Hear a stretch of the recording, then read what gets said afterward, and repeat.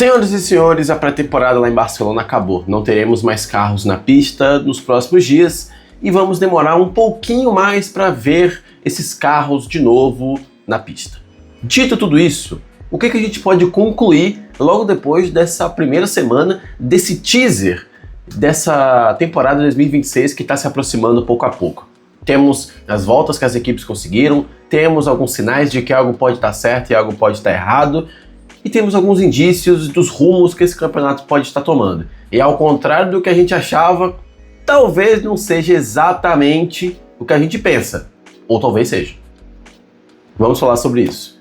Senhoras e senhores, bem-vindos a mais um vídeo. Eu sou o Fernando, falo de Fórmula 1 todos os dias aqui com vocês aqui no canal F, e hoje eu vou contar para vocês a quantidade de voltas que cada equipe deu, a quantidade de voltas que cada motor deu, os problemas, falar também das expectativas que a gente tem para as próximas semanas e também de algumas informações que vão guiar não só a gente, como também as equipes nas suas impressões até a Austrália.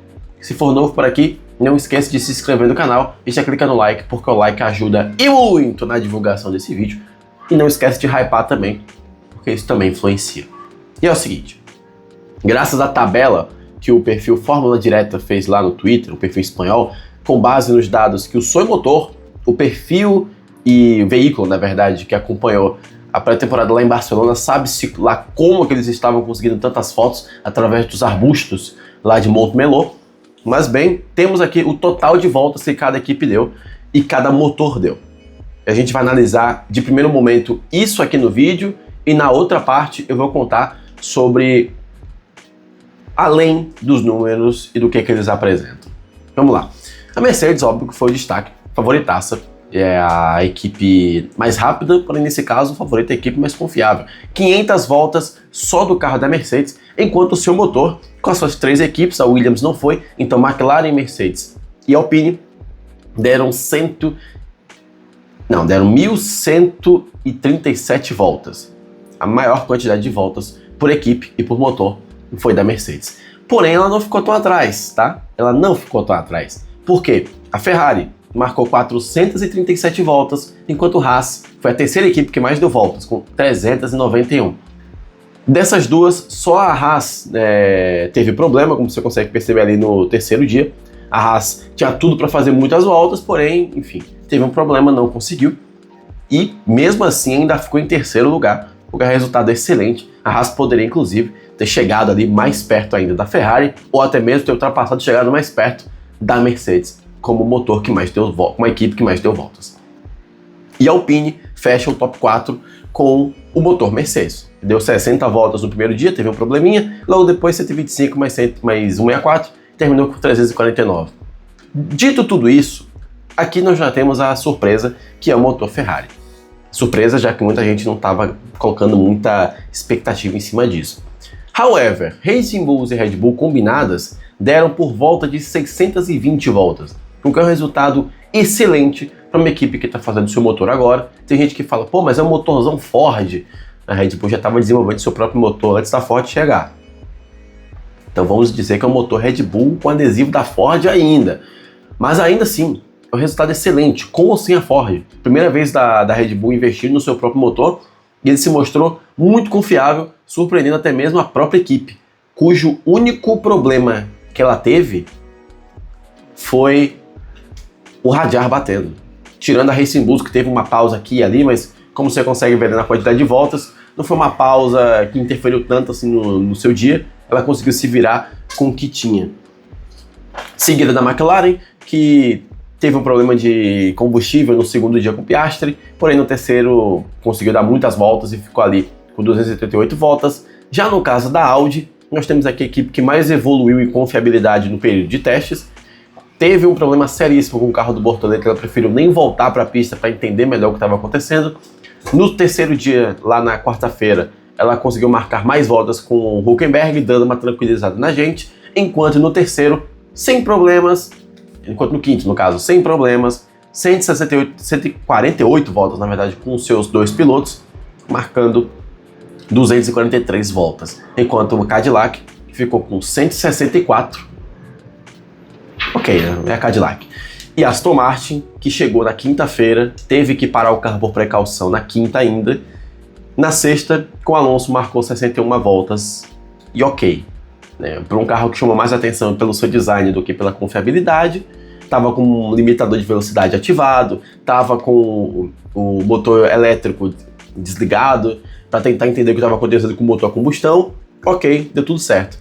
E em relação ao número de voltas, por motores, é isso aí. Olha lá, como você consegue perceber, a Mercedes lidera, logo depois Ferrari, Red Bull, Audi e a Honda da Aston Martin. E o que a gente pode concluir com isso? Mercedes já entendeu como que funciona o motor dela, e a Ferrari, tirando a Cadillac, que está um pouco perdida no assunto, mas a gente entende por quê. A Ferrari é a equipe com o motor mais confiável por enquanto. Embora a Red Bull teve o azar de colocar o carro na pista quando estava chovendo, poderia ter marcado muito mais voltas no segundo dia, ter ido, sei lá, para mais 60 voltas e ter subido um pouco no ranking, não tem nenhum problema aqui também. Mas quem mais está chamando atenção no momento agora é a Ferrari, que, atenção, levou um carro que ainda vai sofrer muitas alterações. A notícia que saiu é que a Ferrari levou apenas um carro A, né? Ela está esperando alguma determinada autorização da FIA, uma revisão da FIA, para atualizar o seu carro, para levar uma versão ainda mais Ferrari, vamos dizer assim, para a pista, e assim colocar o carro com um desempenho mais próximo do que a gente vai ver na Austrália. Nessa semana, assim, como é todo início de pré-temporada, é uma semana de início de temporada para ver sistemas, ver se o motor está funcionando direitinho, se a aerodinâmica está funcionando na prática como ela imagina que funciona no simulador, se o simulador está fazendo sentido com a pista, o problema que a Mercedes teve no último regulamento, esse tipo de coisa. Não dá para a gente analisar ritmo aqui. O foco continua sendo quantidade de voltas e confiabilidade, sendo esses ótimos sinais para as equipes que lá estão. Já é a terceira vez que eu falo esse tipo de coisa. No caso da Audi e da Honda, elas estão preocupadas, uma porque está fazendo motor agora, e a outra porque montou uma nova equipe para fazer um novo motor, enquanto a Red Bull fica ali no meio, em que superou as expectativas que ela mesma tinha, porém acabou não superando as outras equipes, muito porque ela só tinha dois carros, que é o carro da Red Bull e o carro da Racing Bulls. Esse vídeo tá ótimo, né? Mais um episódio de Fernando comentando números. Gosto muito disso. Dito isso, se a gente pudesse ter um panorama geral nos testes de quem pode despontar lá na frente, a gente, óbvio, vai ter que colocar a Mercedes, eu colocaria a Ferrari e eu colocaria a Red Bull. A McLaren não sei. Mas é aquilo, né? Semana de teste, ninguém aqui vai analisar nada. Mas eu tenho duas equipes que eu estou muito esperançoso para ver o que vai acontecer. Haas e Alpine. Para você que não acompanhou a semana de testes, certamente não deve ter reparado também que tanto Haas quanto Alpine estavam interessantíssimas nessa semana de pré-temporada. Não estou falando que elas vão brigar pelo título ou que o carro delas já é a versão final.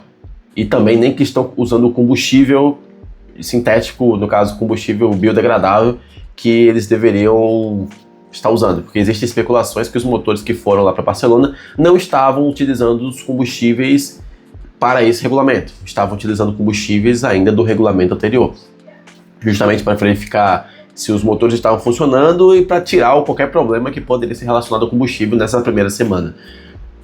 Não estou falando que essas duas vão ser as grandes surpresas, que vamos ter uma nova Brown GP, nada disso. Mas estão bem interessantes. A Alpine principalmente, que agora está com o motor Mercedes. Eu ficaria de olho nessas equipes para as próximas semanas. Bem como eu também ficaria de olho na Ferrari. É o que eu sempre digo para vocês. Entra ano, sai ano, a Ferrari pode te decepcionar. Mas ela vai dar algum jeito de surpreender a gente. Saiba disso. Ela nunca me decepciona. Eu amo Ferrari. Que fique bem claro isso aqui. Mas vamos lá. Haas e Alpine. Quantidade de voltas excelente, tudo bem que estavam com motores confiáveis. E os carros, sabe quando você olha para um carro e você pensa, esse carro é rápido? É só essa sensação que eu tenho. Pode ser que a Haas seja a pior equipe, tá? E eu possa ter sido enganado, novamente, por uma semana de pré-temporada embrionária. Ainda vão ter duas daqui a pouco. Mas, eu estou bem esperançoso. Enquanto isso, a Aston Martin tem tudo para ser a equipe coringa, a equipe 880, a equipe tudo ou nada. ou esse carro da Aston Martin vai competir pelo título e vai dar a 33ª vitória ao Alonso, coisa que eu quero muito, ou vai ser o pior carro da história e não vai conseguir passar nem no Q1. É essa a sensação que eu tenho. Porque todo mundo tá falando da Mercedes, ok? E quando o pessoal vai falar da Aston Martin Adrian Newey sabe alguma coisa que a gente não sabe. O bico do carro tá muito largo, o sidepod tá muito fino, a entrada no motor tá diferente, o carro tem chifre, tá muito floreado o negócio. Tem muito detalhe. Não quero criar muitas expectativas. Mas se não ganhar 9 corridas eu vou ficar bem chateado. Tô brincando. Mas eu espero que ganhe, tá? Por favor. E é isso mesmo que temos, senhores. A Audi e a Cadillac ainda tem muita coisa pra fazer, tá? A Cadillac tá chegando agora, é a equipe que a gente não cobra muito. Tá chegando agora, tá se adaptando, não vai se estar na janela ainda, deixa ela quietinha trabalhando. No caso da Audi, tá chegando a fazer motor agora, a gente entende os problemas, porém a expectativa acaba sendo um pouquinho mais alta, porque o Bortoleto tá lá, a gente espera muito dela também. Dito isso, evoluiu bastante no caso da Audi, a Cadillac ainda tá se adaptando, mas a Audi evoluiu bastante, foi a equipe que mais evoluiu. Nessa semana teve problemaço no primeiro dia, e logo depois conseguiu solucionar, chegando ao terceiro sem problemas, com muitas voltas. Vamos esperar. Foi uma semana positiva para a Audi, que poderia ter sido bem pior. Ela poderia ter dado 20 voltas no primeiro dia, 10 no segundo e 5 no terceiro. Mas ela deu 27 no primeiro, 68 no segundo e 140, acho que no terceiro. Ok, não é um resultado ruim. Não considero ruim, mas ainda tem muito o que fazer. E no caso da Vicarb, é a Vicarb. Dito isso, senhores, eu gostaria de falar algumas coisas que eu reparei nos carros, que eu vou compartilhar com vocês aqui. É a minha hora favorita desse vídeo, porque eu já queria falar isso aqui e eu não lembrava, vocês repararam na entrada de ar daquele carro da Racing Bulls? É enorme, é a maior entrada de ar dos carros até agora, buzina mesmo. É a maior entrada de ar dos carros que nós temos agora. A entrada de ar da Ferrari é pequenininha, a da Red Bull é até um pouco grandinha, mas tá ali no limite aceitável. A entrada de ar do carro da Vicarb você consegue ver a 200 km de distância. Inclusive já até virou uma piada, né? Quanto mais você olha para essa entrada de ar superior do carro da Vicarb, maior ela fica. É muito doido. Enquanto isso, o Adrian Newey acabou trazendo de volta, bem como na Ferrari também, mas quando é o Newey chama mais atenção, os chifrinhos. Aquilo que é feito para canalizar o ar direto para a asa traseira e também para gerar ar sujo para os carros que vêm atrás. Adrian Newey colocou no carro da Aston Martin e aí a gente lembra, óbvio, de 2005. Lembra de 2006, quando as equipes enchiam os carros de penduricalhos e a Fórmula 1 teve que banir. Os pilotos gostaram, parece, tá? Os pilotos andavam falando que os carros apresentam mais liberdade para eles, imagina que mexer no setup, que os carros parecem ser mais fáceis de pilotar, parecem bem positivos. Claro que eles nunca iam falar mal do regulamento que eles acabaram de entrar, né? Nem todo piloto tem essa moral, né? Só o Verstappen, o Hamilton, o Alonso podem fazer isso, o resto não vai poder falar. Mas eles parecem bem positivos, bem como a gente agora, que tá vendo tudo isso.